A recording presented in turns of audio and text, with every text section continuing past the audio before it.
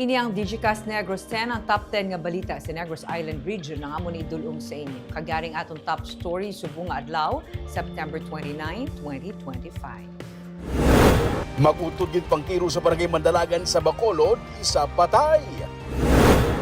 Duha tubtub apat ka mga bagyo balantayan sini nga bulan sa Oktubre. Send-off ceremony isang PNP para sa Mascara Festival pati gayunon sa buwas. Driver na trap sulod siyang natumbang nga water tanker truck sa DSB. Kag sa Good Vibes, Abenson Flagship Bacolod nagbukas na. Inatanan sa Digicast Negros X.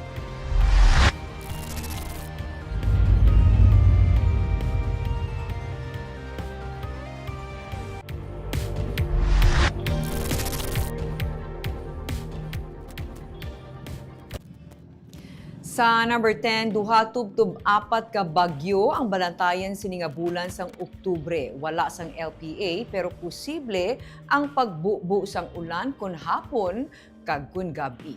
Ang easterly sukon ang mainit nga hangin gikan sa Pacific Ocean amo karon na nagaapekto sa Pilipinas. Wala sang low pressure area sagwa kag sulod sang Philippine Area of Responsibility pero posible sa gihapon ang pagbubo sang ulan ilabi na kun hapon kag kun gabi. Dala sang localized thunderstorms sini nga bulan sang Oktubre suno sa pag-asa. Balantayan ang duha tubtub apat ka mga bagyo nga magasulod sa Pilipinas. Subong nga Burr months o kung tubtub Disyembre, 5 naman tubtub siyam ka mga bagyo ang ginapaabot nga magasulod sa Pilipinas. Sa sinina nga mga binula nagaagi,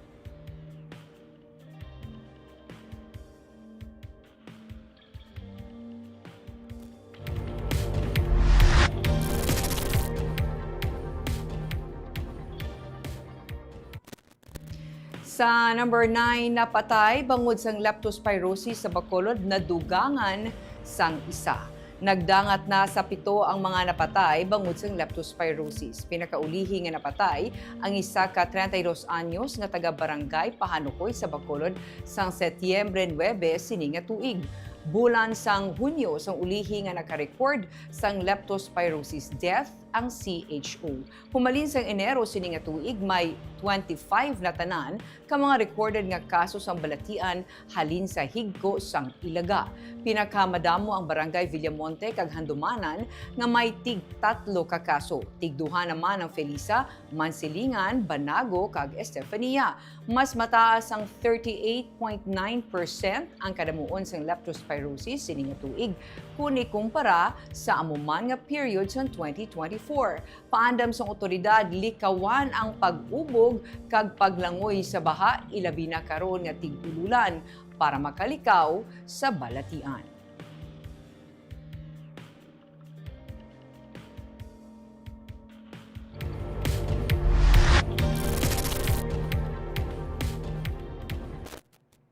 Sa number 8, lalaki pilason matapos nag-alegar nga ginpulihan kastigo.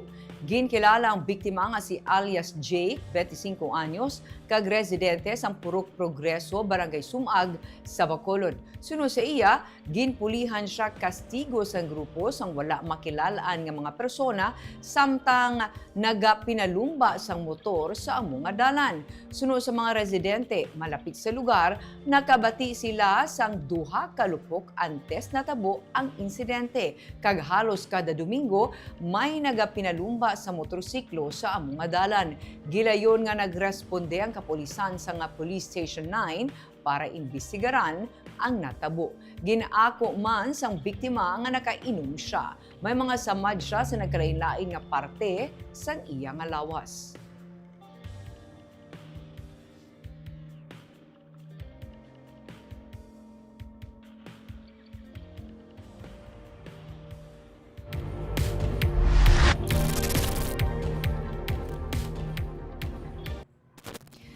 Sa number 7, sakada patay matapos nga gintiro sang utod sang iya live-in partner. Patay ng isa kasakada nga taga Antique matapos matiruhan sang utod sa iyang live-in partner sa Hacienda Maruha, Barangay 9 sa Banwas ng Isabela, Negros Occidental, Domingo sang kaagahon. Nakaangkon sang igo sang bala sa iya dughan ang 40 anyos nga si alias Jason. Ginsiling ni Police Major Joseph Partidas, ang hepe sang Isabela PNP, hindi pag-insyendihanay ang motibo sa insidente. Updanay nga nag-inom-inom si alias Jason kag ang suspect nga ginkilala kay alias Edwin, 47 anyos, nga isa man kasakada. Suno kay Partidas, gintudluan ni alias Edwin si alias Jason sang self-defense apang nagpamalibad ang biktima kag nagsili nga himuon na lang nila ini kung hindi na siya hubog. Naglalisa ang duha kag nag-agaway sang sundang rason nga napilasan si Edwin sa kamot. Nagpauli ang suspect, nagkuha sang pusil, ginbantayan kag gintiro ang biktima. Utod sa suspect ang live-in partner sang biktima.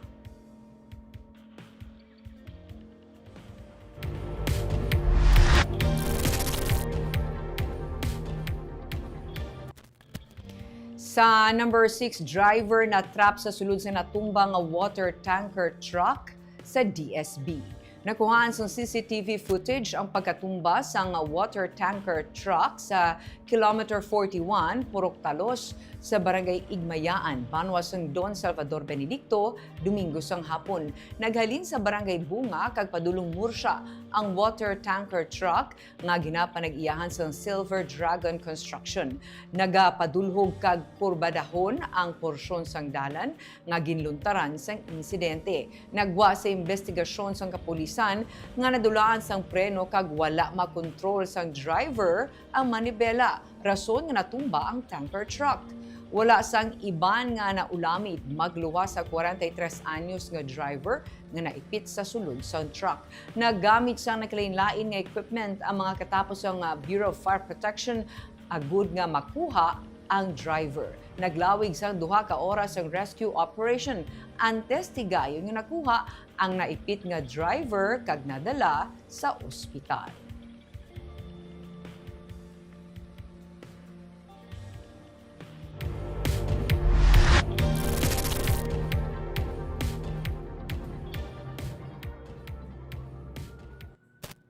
Sa number 5, committee hearing para sa ordinansa nga nagatuyo sang transparency sa tanan nga infrastructure projects ginpatigayon.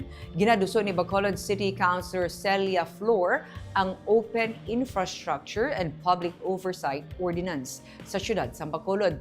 Tuyo sang ini nga ordinansa nga masiguro ang transparency, accountability, efficiency kag inclusivity sa tanan nga proyekto sa gobyerno nga may kahilabtanan sa infrastructure projects. Suno sa konsehal, dapat mabalaan sang publiko ang budget para sa mga proyekto kag ang status ini. Para kay Flor, importante ang partisipasyon sang publiko kag paghatag sang klaro nga impormasyon agud malikawan ang anomalya kag mangin mas epektibo ang implementasyon sang mga proyekto.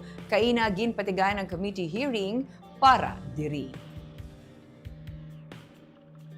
Budget dapat mabalaan man sang pumuyo diin na kadto ang budget sa Sugano. So sa mga projects na ina kag ina nga projects bala na-implement sa eksakto kag hindi substandard. So ang ato na ma-create kita sa multi-stakeholder group, no, composed of people from implementing agencies and equally represented ang mga CSOs nato and private organizations, no, ang mga chamber nato of commerce, for example, kag ang mga aton nga mga civil society organizations.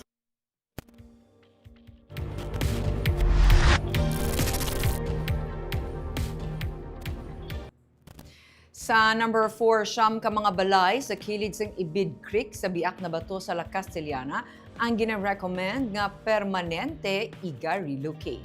Inisuno kay Office of the Civil Defense Regional Director Donato Sarmeno III na tungod nga sa kada mag-ulan, ini sila nga mga balay ang labing apektado sa tubig kag volcanic debris nga nagagikan sa Ibid Creek. Pila sa sini nga mga balay ang ugsaran kag mismo sulod balay ang nagkalatampukan sa volcanic sediments. Suno kay Sarmeno, sila ang nakapakig-angot sa mga natundan kag sila ang willing man nga iga relocate. Dugang pa ni Sarmeno nga ang kadamuon sa mga balay nga apektado ang madugangan pa. Labing ginabantayan sa otoridad sa karon ang Ibid Creek bangod sa kada pag-ulan may risgo nga ginadala ang pagbaha nga nagadala sang volcanic debris. Nagapangita na sang iban nga alagyan ang tubig kag mabudlay naman ini nga mapunggan. Paday ng clearing operation sa area. Samtang, nagdangat sa 2.5 million pesos ang inisyal nga kahalitan sa pananom kag sa mga kasapatan tugas sa mapuno ka ulan kag pagbaha dala sang Bagyo Opong kag habagat. Sa report ng Office of the Provincial Agriculturist, as of September 29, 2.4 million pesos ang kahalitan sa pananom, 115,000 naman sa fisheries kag sa livestock masobra sa 21,000 pesos.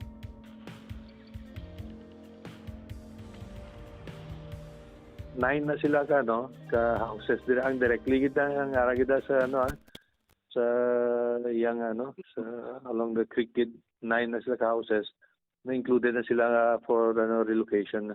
Namangkot mo ko sa ilan kung willing man sila magpa-relocate kag man willing man sila na mag-silo kay why gid may mo na kay in the future siguro i-claim ginasang tubig ang ilang area da kay naga-abat-amat na sa road.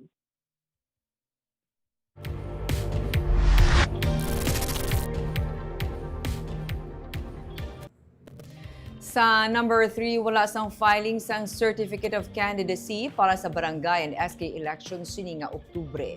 Inisuno kay Commission on Elections Negros Island Region Director Lionel Marco Castellano nga nagpaathag nga padayon man ang pagpanghanda sang COMELEC para sa BSKE bangod sang pending nga opposition sa Korte Suprema batok sa BSKE law. Hindi matabo ang filing sang COC bangod nangin moot na ang resolution nga nagaset sang schedule para sa BSKE. Sunod kay Castellano, nanginmut ini kasunod sang approval ni Presidente Ferdinand Marcos Jr. sang lahi nga nagaset sang terms sang BSKE. Sa damlag pa schedule sang COMELEC October 1 to 7 o kung magasugod na kuntani sini nga Miyerkules ang filing sang COC para sa BSKE. Sunod kay Castellano, sa karon wala sila sa may nabaton nga mando gikan sa Anbank nga matigayon ang filing sang COC pero magasige lang sila sa gihapon sa pagpanghanda para sa BSKE.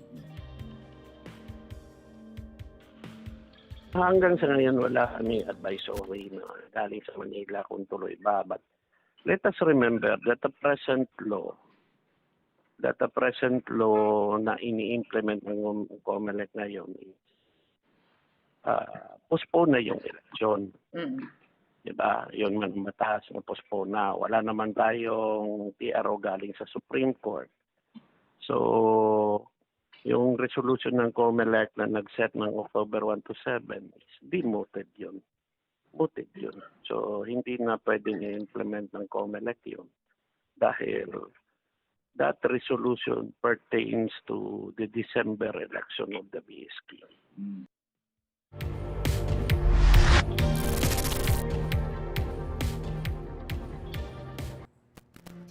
Sa number 2, natala na ang send-off ceremony sa Bacolod City Police Office sa buwas para sa nagahilapit nga pagbukas ng selebrasyon sang Mascara 2025. Sino kay BCPO-PIO Police Lieutenant Miller Jonyo, masobra 1,000 ka mga kapulisan gikan sa NOCPO kag PRO-NIR ang magabulig sa puwersa sang BCPO nga iga-assign sa 3 ka mga festival site nga amo ang Bacolod City Government Center, Bacolod City Public Plaza kag Lacson Tourism Strip. Suno sa PNP, magabulig man sa ilang Philippine Coast Guard, Bureau of Fire Protection, Philippine Army kag iban pa nga ahensya sang gobyerno. Labing tuyo sa mga kapulisan amo ang zero crime incident para sa Mascara Festival 2025. Oktubre 1, natala na ang pagsugod sa selebrasyon kung sa diin may programa kag concert sa BCGC kag Bacolod Public Plaza.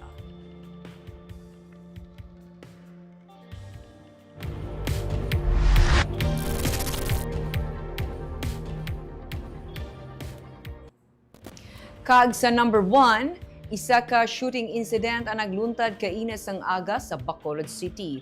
Ang mga ginpangtirong mag-utod, isa sa ila pilason kag isa napatay. May report si Sheila Hilera Braga.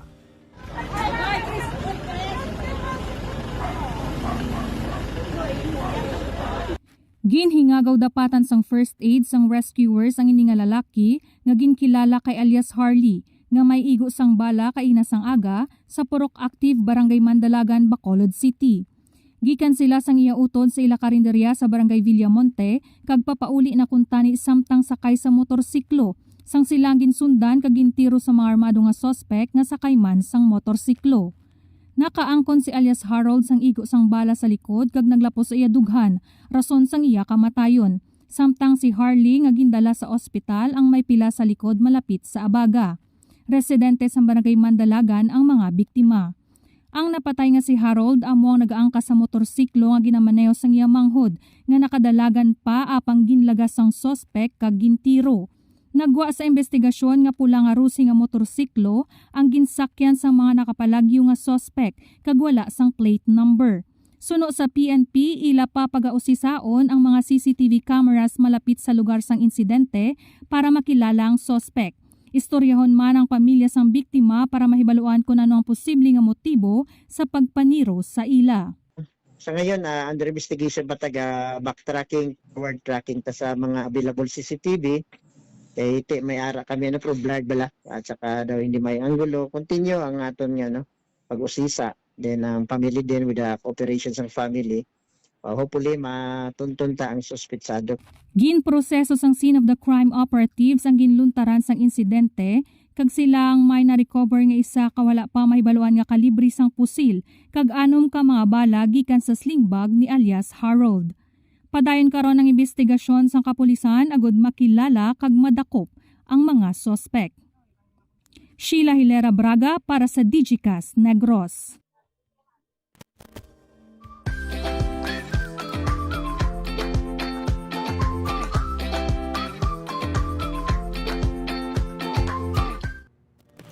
Sa Good Vibes, kung nagapangita ka sang appliance, gadget man o kung furniture, bago lamang nagbukas ang Abenson Flagship Bacolod.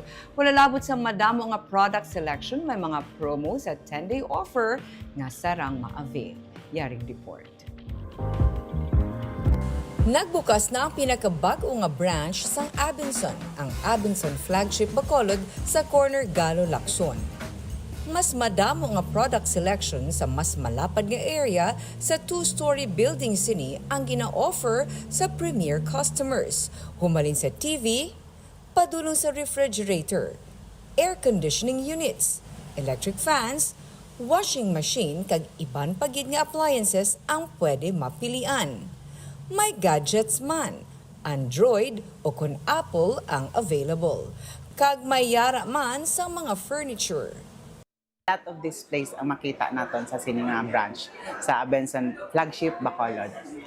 Sa 10 days nga offer nga magalawig tubtub October 6, may yara sang bundle promo. Mga naka-bundle nga items nga mabakal sa mas barato nga presyo. So it will be mean nga dalawang items sa one price. So which means sulit. At sa gin-obra siya ni Abenson para damo maka-avail nga customer nga gapangita. Isa lang bayaran mo, duha na ka-appliances ang makuha. So may ara kita, example sa TV naton may 14,998 kita. May makuha na kita nga duha ka TV na sa aton nga promo. Ang sa aton naman nga mode of payment sa aton nga promo nga 10 days, so good as cash or straight payment using credit card. Ginaagda ang mga Bacolod noon kag Negrosanon sa pagbisita. damo ka mo di makita nga promotions, damo kita mo og payments. Manami ang aton store bago siya. So we have 2-story store. So damo ka mo pilian. May mga freebies man para sa corresponding nga minimum purchase kag ang offer is good while supplies last.